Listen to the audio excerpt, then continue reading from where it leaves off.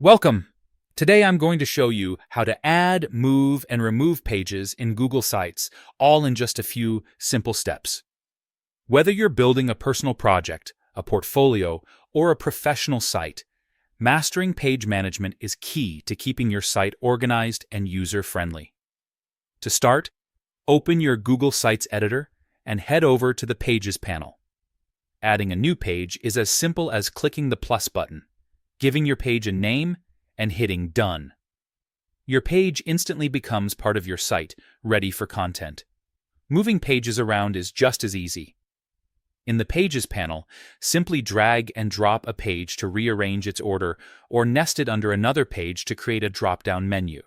This helps structure your site logically, making it easier for visitors to navigate. If you need to remove a page, just select the page, click the three dots, and choose Delete. Don't worry, Google Sites will confirm before permanently removing it, so you won't lose anything by mistake. And that's it. With these simple tools, you can easily add, organize, and remove pages to create a clean, professional site in Google Sites.